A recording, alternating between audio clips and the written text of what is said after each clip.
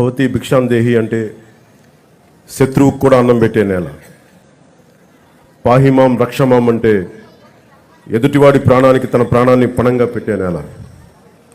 తన దేశపు సరిహద్దులు దాటి పరాయి దేశం మీద దండయాత్రని చెయ్యని నేల.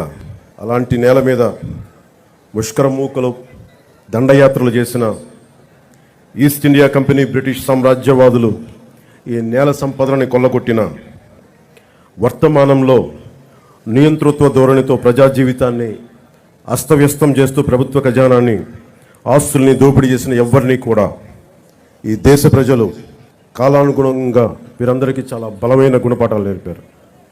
అలాంటి ధైర్య సాహసాలతో నిండి ఉన్న నా భారతదేశ ప్రజలకి, నా అన్నదమ్ములకి, నా అక్క చెల్లెళ్ళకి, పెద్దలకి, పిన్నలకి, మహిళలకి, మబ్బుల్లో పరిగెత్తే పిడుగుల్లాంటి యువతి